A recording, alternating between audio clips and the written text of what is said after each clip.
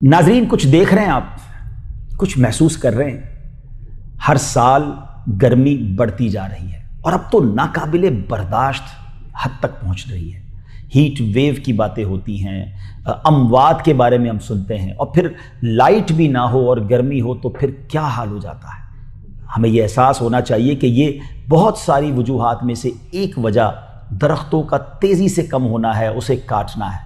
صرف شہر کراچی کی بات کریں تو ایک کنکریٹ کا جنگل تو نظر آتا ہے، سبزہ نظر نہیں آتا، اور پاکستان کے کئی شہروں کا یہ حال ہے جہاں 50 ڈگری تک ٹیمپریچر پہنچ گیا ہے۔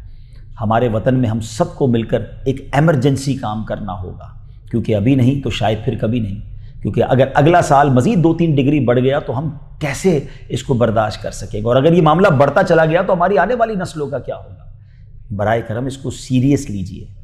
ہم سب نے پودا لگانا ہے، اور صرف پودا نہیں لگانا، ہمیں درخت بھی بنانا ہے۔ الحمدللہ دعوت اسلامی کا شعبہ FGRF 1 اگست کو ہر سال یوم شجرکاری مناتا ہے، مگر اس بار ہم سب نے منانا ہے۔ صرف دعوت اسلامی کے شعبے FGRF کا کام نہیں، یہ ہر اہل وطن کا کام ہے، ہم سب کا کام ہے۔ اپنے وطن کو اس موسم کے زبردست پرابلم سے ہم سب کو مل کر نکالنا ہوگا، کوشش کرنی ہوگی۔ ایک پودا لگائیے اور اس پودے کو دیکھ بھال کیجیے، جیسے اپنے بچوں کو دیکھتے ہیں نا، ایسے اس پودے کو دیکھیے اور اس پودے کو درخت بنائیے۔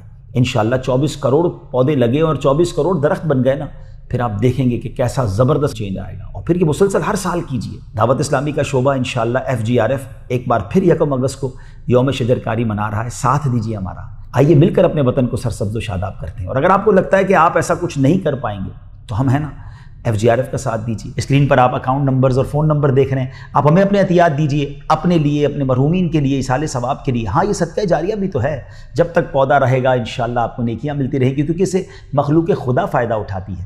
تو آئیے اپنے وطن کو سرسبز و شاداب بنانے کے لیے، آنے والی نسلوں کو خوشگوار ماحول دینے کے لیے FGRF کا ساتھ دیجیے۔